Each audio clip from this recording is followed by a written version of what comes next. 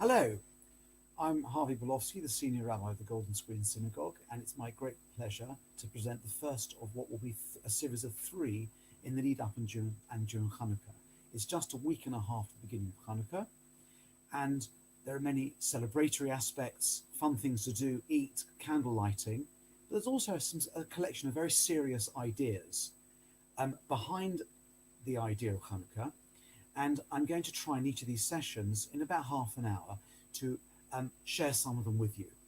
Now, I hope very much that you can see the text. I'm going to teach from this text. Here we go. I can see it in front of me now. The first of these three presentations, today's one, number one, is called Why Does Hanukkah Last for 8 Days? Now, this might seem like a silly question. That's because my menorah's got 8 slots. But of course, the reason Hanukkah menorahs, Chanukiot as they're sometimes called, are built like this is because the festival has 8 days. And the contrast is very obvious. It's something we're going to speak about in the third of these in 2 weeks' time, please God, that the shape of the menorah, the design of the menorah, is fashioned after the menorah in the temple, which had 7 branches, ours has 8, plus an extra one to make it complicated. But we'll talk about that in a couple of weeks' time. Today's subject is why does Hanukkah last for 8 days? So in order to ask this question and to understand why I'm even asking it, we need the following introductory source. And the whole notion of Hanukkah as an 8-day festival appears in the rabbinic literature, in the tractate Shabbos, in the Talmud, in the 2nd chapter. It's really an afterthought. The rabbis are not that excited about Hanukkah, and unlike Purim, do not devote an entire tractate to discussing its laws and practices. The 2nd chapter of Shabbos starts talking about what fuels and wicks it's permitted to use for Shabbos candles, and then it drifts onto the subject of Hanukkah, which is of course related. And in the context of that sugya, that conceptual unit of the Gemara, we ask the following question: My Hanukkah, and I hope you can see the Hebrew, Aramaic, and also the translation. My Chanukah, what is Hanukkah? And the Gemara rarely asks an existential question like this. Detona Rabbanim, Hanukkah, its origins, its very idea, is learnt from the following text. The rabbis taught, B'kaf he b'kislev, Yom Chanukah tamanyin in Dololimispe b'dolisanis b'hoyim. This is a citation from Megillus Tanis, which was a now defunct list of days on which one would fast, one wouldn't fast, because they recall special days in ancient times. Many of them have been lost to history. And this is where Hanukkah first appears. On the 25th of Kislev, they'll begin 8 days of Hanukkah, days on which one may not make a hesped, that's a formal eulogy at a funeral, nor may one fast on them. And that's how it's presented. It's a day which has a celebratory history, no eulogies and no fasting. Neither of those are things that we would have come up with immediately that characterize Hanukkah. Why then is it? And now the Gemara returns and it speaks, having cited the Megillus Tanis, this book of fasts. And this is the story that everyone knows, that when the Greeks entered the sanctuary, this is during the Hasmonean Wars, at the end of the war, they entered the sanctuary of the temple. They found that all the oils, and the oil was of course the fuel used for the menorah, which was lit every day in the temple, that the Avonim, when they entered the temple, had defiled all the oils that were there. And when eventually, this is the part I mentioned, the end of the Hasmonean Wars, when the sovereigns of the house of the Hasmoneans prevailed and they were victorious,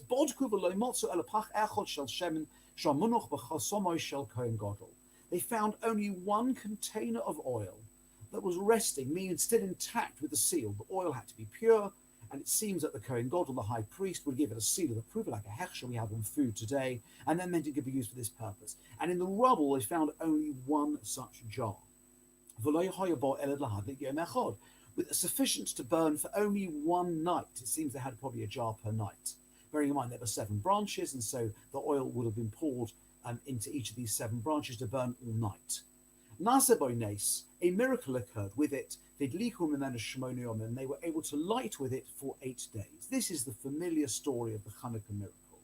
L'shana acheres, the following year, the rabbis fixed these days, and made them into festivities which are characterized by Hallel. That means we say the Hallel Psalms each day. And Hodah and Thanksgiving, we add in to our Amidah and to our Grace After Meals of Birkas Hamazon, an additional paragraph that talks about the miracle and thanksgiving. It's in the penultimate blessing of the Amidah and the second blessing of the benching, the Grace After Meals. That's how Hanukkah is characterized. And that's the story, and of course it's been elaborated on many different ways. And interestingly, in the rabbinic literature, this is the only place where the reference to the oil miracle is found. There are other references to Hanukkah, there are other references to the laws of Hanukkah, and there are other references to some of the celebratory aspects, how to say Hallel, what exactly is the text of the Hodah, the Ala Nissim prayer that we can include in the Amidah and the benching. But this is the only reference to the miracle of the oil.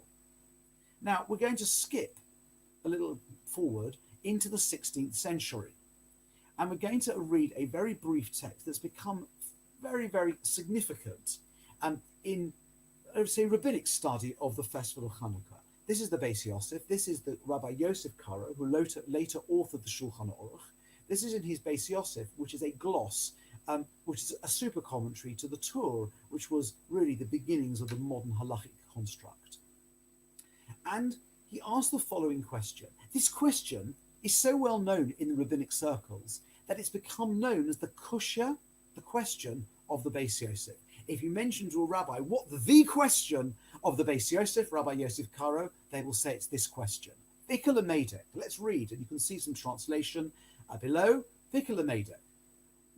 Let's investigate. Let's wonder.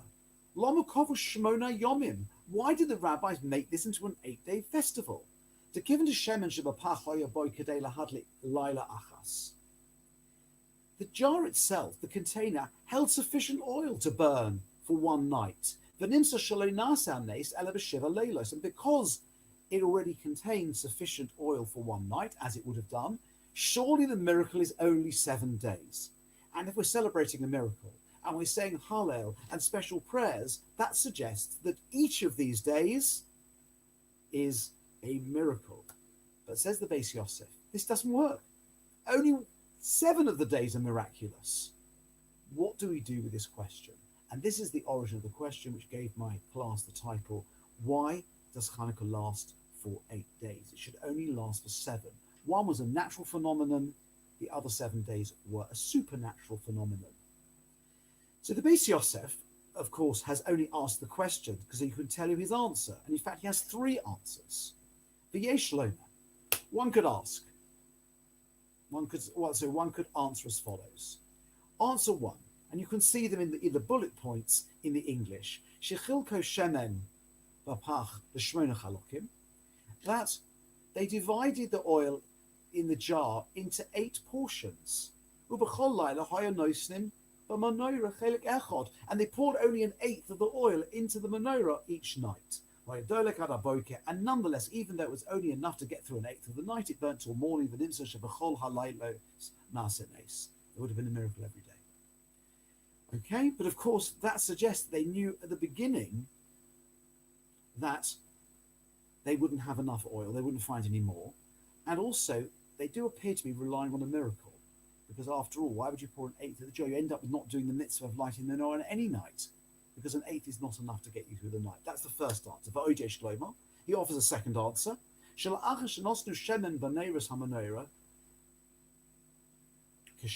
Once they pour the appropriate volume of oil into the menorah receptacles,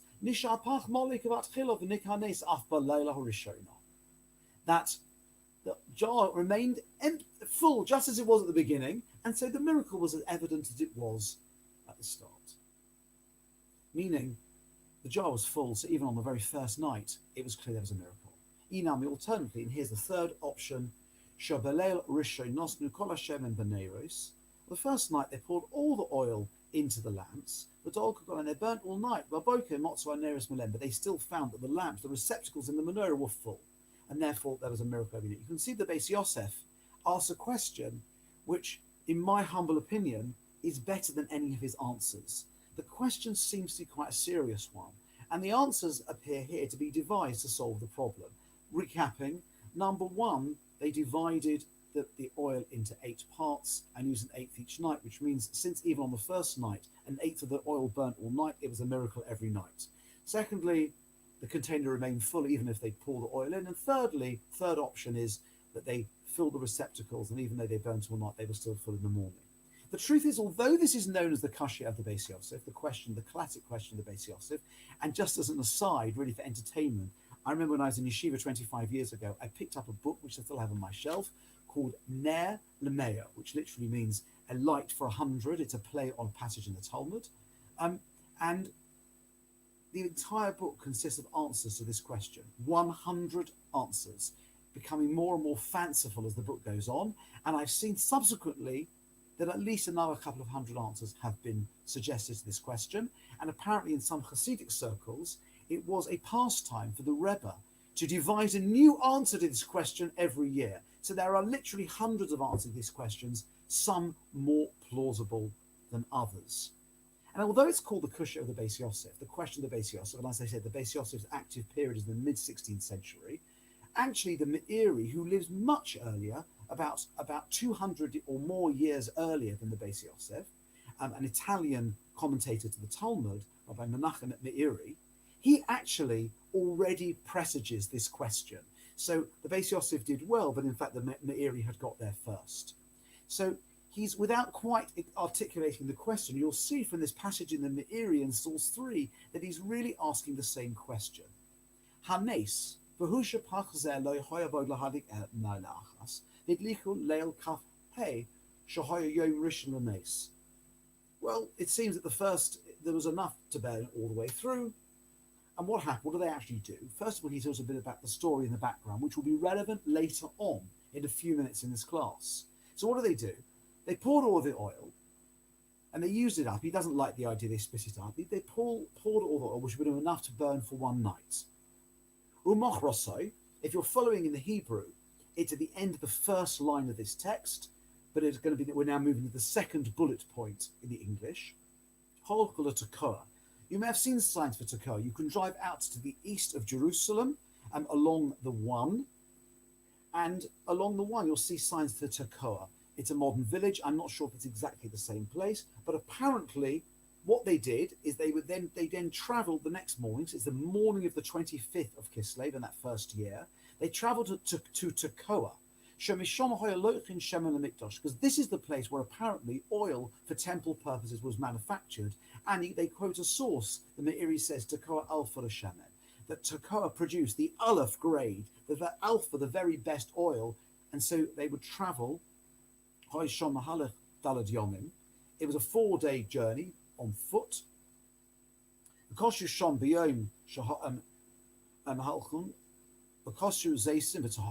Then they would get there after 4 days. They would crush new oil in a state of purity. And produce new pure oil. And then they would go back. So it took them, the reason it took 8 days is because it took 4 days to get there and 4 days back. And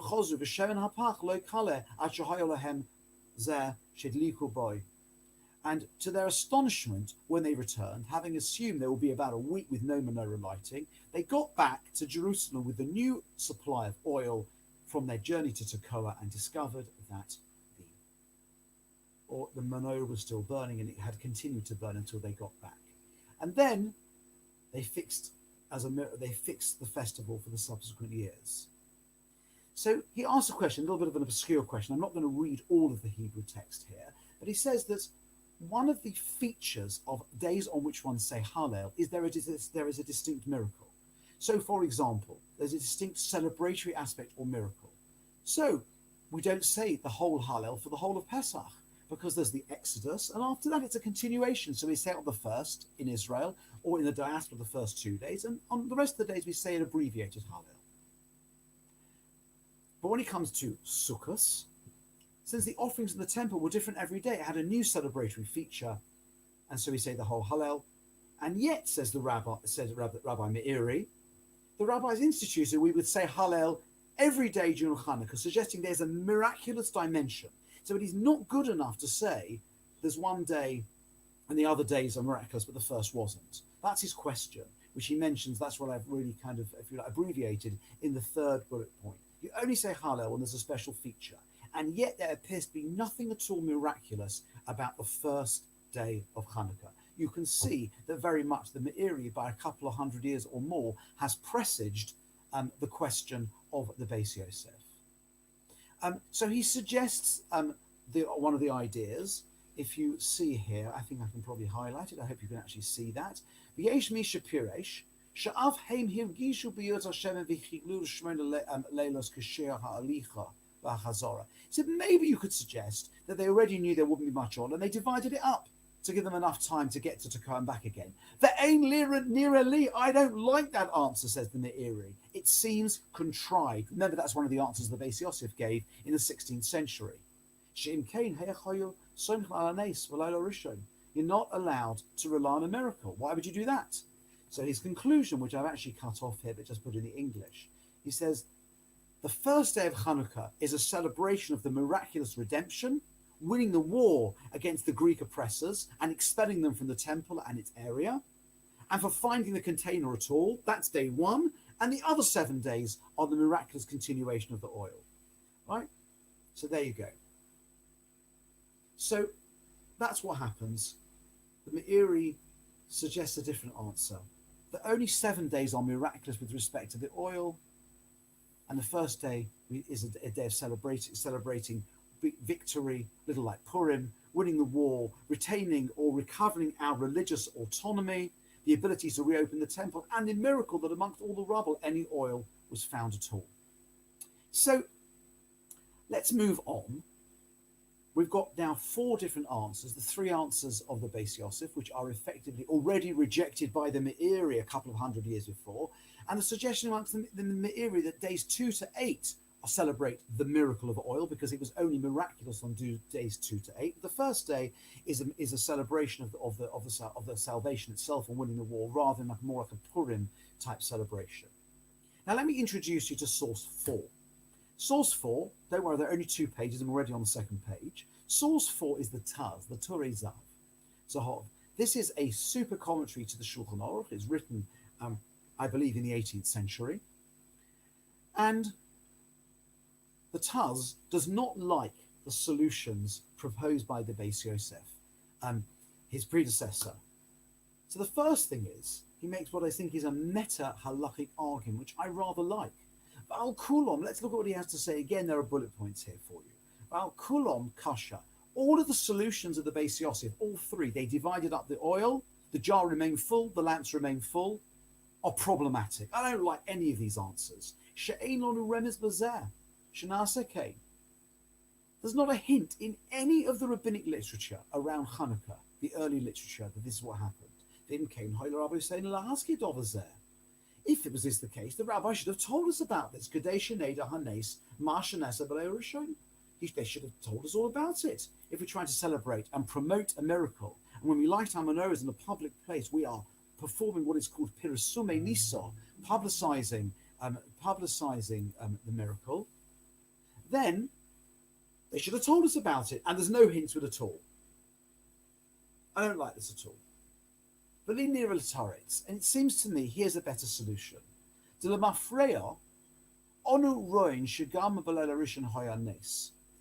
Actually, he said, retroactively, it became apparent there was a miracle on the first night. How so? And he brings what I can only describe really as a rather mystical explanation. He quotes the Zohar, the Book of Splendor, which is the classic of Jewish mysticism published in the late 13th century. And he quotes a verse and he explains a principle in mysticism, which I can't say I really remembered, but perhaps let's just drag it out of memory, that you can only have a miracle, a blessing, if there is something physical on which the blessing or miracle can act. So if the oil is all used up, then there is no miracle on which the oil which can be performed on the oil to amplify it. So therefore, says the Beis Yosef, using a rather interesting Talmudic reasoning applied to a mystical concept, one that you may or may not find appealing or plausible, there must have been some oil left after the first night, because otherwise there couldn't have been a miracle to multiply it, to magnify it, to amplify it for subsequent nights. And therefore, retroactively, we know there must have also been a miracle on the first night.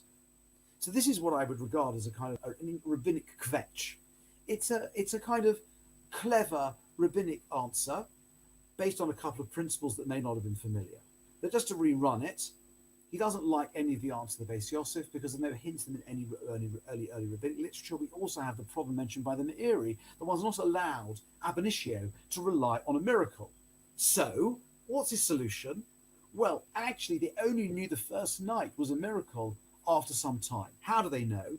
Because if there was oil to light on the second day, even though the oil should all have been used up, some of the oil from the first night must have remained, meaning there was a miraculous reduction in the oil usage on the first night, because if there had not been any left, it would not have been possible for a miracle, because that's the nature, apparently, in the metaphysics. Miracles only work if there is something, it has to be yesh mi yesh, something from something, rather than ex nihilo creation.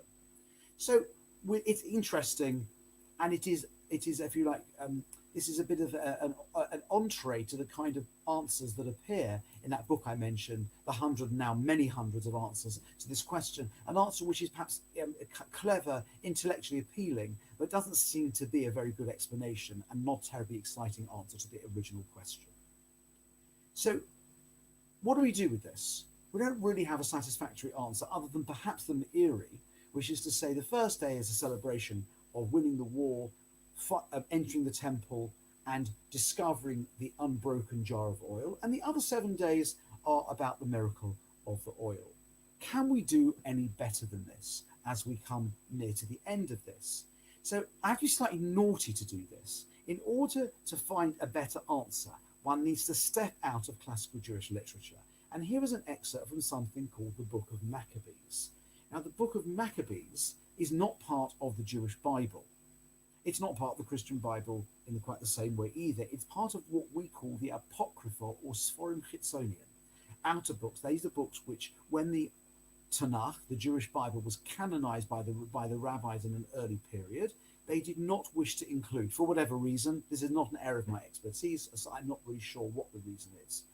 It was perhaps to do with the authorship, it might be to do with the content, it might be to do with its reliability.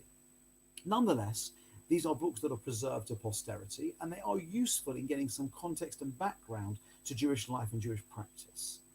Now, the Book of Maccabees makes no reference at all to what we call the miracle of the oil. As I said, the sole reference in the literature we have to the miracle of the oil in early sources is that Gemara, that excerpt from Shabbos Kaf Aleph 21, which was a side thought about Shabbos candles onto Hanukkah candles. And by the way, what's Hanukkah after all? 8 days of which there was this miracle of oil.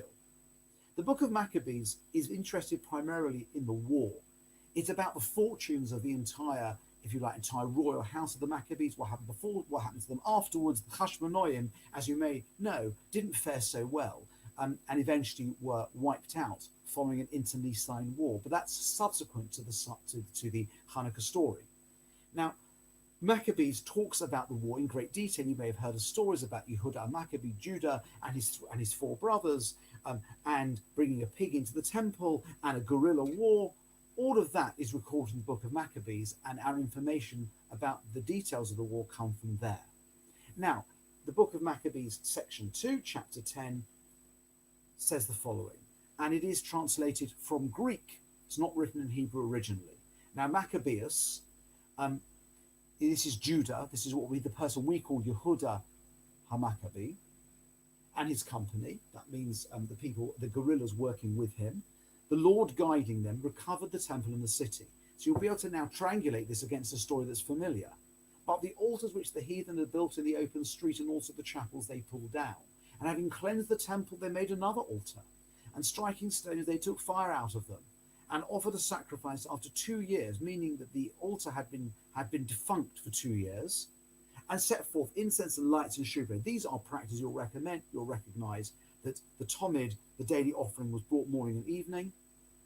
The incense was brought morning and evening. They lit Menorah, and they placed special loaves of bread on the temple. These were the daily practices in the temple, meaning they cleaned the place out and they got things going as usual. Notice that although they refer to the lamp, they do not make any reference at all to the miracle of the oil as we understand it. When that was done, they fell down flat. That means they prostrated themselves, were reliant on the translation, and besought the Lord that they might come no more into such troubles. And they prayed to God that this type of attack and suspension of temple practice should not recur. But if they sinned any more against him, that he himself would chasten them with mercy, and they might not be delivered unto the blasphemous and barbaric nations. Meaning that if they did sin, God should punish them directly, but not deprive them of their religious and national autonomy. Now, upon the same day that the strangers profaned the temple, on the very same day it was cleansed again. So it's on the second anniversary of when the Greeks entered the temple, even the 25th day of the same month, which is Caslew. Now, you will recognize this. This is how the translation describes the fact that they went into the temple on the 25th of Kislev, which fits very well with the story we saw in the Gemara. And they kept the 8 days with gladness, as in the Feast of the Tabernacles, remembering that not long afore they had held the Feast of Tabernacles, when as they wandered in the mountains and dens like beasts. Therefore they bare branches and fair boughs, and palms also, and sung psalms unto him that had given them good success in cleansing his place. I'll explain in a moment. They ordained also by a common statute and decree that every year those days should be kept of the whole nation of the Jews. Let me unpack this. They celebrated 8 days of festival, beginning on the 25th of Kislev, which was the day they were able to recapture the temple, and it happened to be the second anniversary of the Greek attack, invasion. And what does it say? They celebrated 8 days with gladness, as in the Feast of Tabernacles, that's Sukkot, remembering they'd had to celebrate Sukkot when they wandered in the mountains and dens like beasts. Meaning that Hanukkah is some 9 weeks after Sukkot. 9 weeks earlier, they had not been able to celebrate Sukkot because they were fighting a war. They were out in the mountains. They were in hiding. They were attacking, and they were not able to celebrate. So what did they do? Verse 7 is a rather awkward translation of taking arba minim, the 4 species that are used on Sukkot: branches, boughs, palms. This refers to taking the arba minim, and they sung psalms, hallel, that are given success and say thanksgiving. It seems that according to this text in Maccabees, the original Hanukkah in that first year was partly a celebration of the return to Jewish religious spiritual autonomy in the temple, but partly to replace the 8 days of Sukkot that they had not been able to celebrate until now because they'd been fighting a war. They couldn't celebrate it. They were up in the mountains. But now they had their religious autonomy back. They took the arba minim, the 4 species, and they celebrated just as they would have done in the lost Sukkot. And now, as a result, they made a rule that every year these days should become part of the festival cycle of the Jewish people, which is exactly like the end of the Gemara. L'shona acheres kovan v'osum. We saw at the end of the Gemara, it said in the subsequent year, the rabbis fixed and made them days of celebration for all time for the Jewish people. This source, to me, is absolutely fascinating, and is probably the actual answer to the kasha of the Beis Yosef, which is that the reason the festival was 8 days was probably not to fit exactly with 8 days of miracle. There may or may not have been 8 days, perhaps it was only 7 days. There's certainly a miracle. The miracle of oil is significant, and we celebrate it through lighting our menorah in a particular way. But the reason Hanukkah was instituted of 8 days doesn't make any sense. There were only 7 days of miracle, but that's not the reason it was 8 days in the first place. It was to replace the celebration of Sukkot that was lost. And just as an aside, for those who might think this is a little heretical, the Aruch HaShulchan, Rabbi Epstein, who was probably the greatest halachist in Eastern Europe at the end of the 19th century, discusses the matters in his laws of Hanukkah. And to everyone's surprise, he quotes this source as the appropriate way of understanding why there are 8 days of Hanukkah. Look at it. I culled it, and it's just a line and a half of Hebrew. There's another reason for there being 8 days, which is explicated in the book of the Hasmoneans, i.e. Maccabees. Because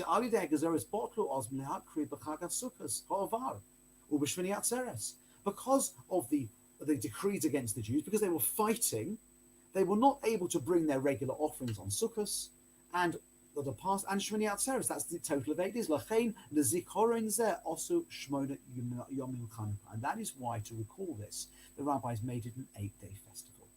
What is so interesting about this is that perhaps the earlier sources that began asking this question didn't have access. Perhaps there was a reticence to draw on what in Jewish literature is not always viewed as an authoritative source because, as I said, it's treated as apocryphal outside of the classic canon of Jewish literature. But it's particularly fascinating that one of the greatest halachists of the late 19th century, writing maybe 130 years ago, was so troubled by this question that he was willing to quote this source as an answer, as a proper answer. What is also fascinating is that there are numerous, if you like, there are numerous places throughout halachic literature which equate Hanukkah and Sukkot. How high your sukkah can be, how high you can keep your menorah, and many other laws. And it seems more than just a passing coincidence. And in fact, we can probably see that somewhere embedded deeply in the rabbinic consciousness is a realization that there is a correlation between Hanukkah and Sukkot, which goes beyond the superficial. It's not just you have to build a wall a certain height, you have to put your menorah in a place where people can see it. There's a little more to it than that. And I think we can probably now see the reason why. And I hope that this is an interesting entree to Hanukkah. It's perhaps a little unconventional, but as you can see, the question is ancient. It goes back right to the period of the Meiri, although it was popularized by the Beis Yosef. We've seen a number of reasons. We've a number of answers to the question. We've also flagged that there are potentially hundreds, some far-fetched, really for entertainment rather than credibility.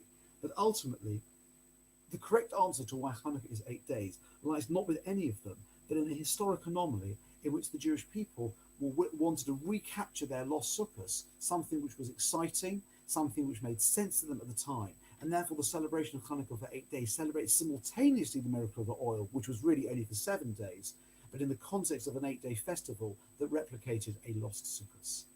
Thank you very much, and have a wonderful day, and do join me next week for the second installment.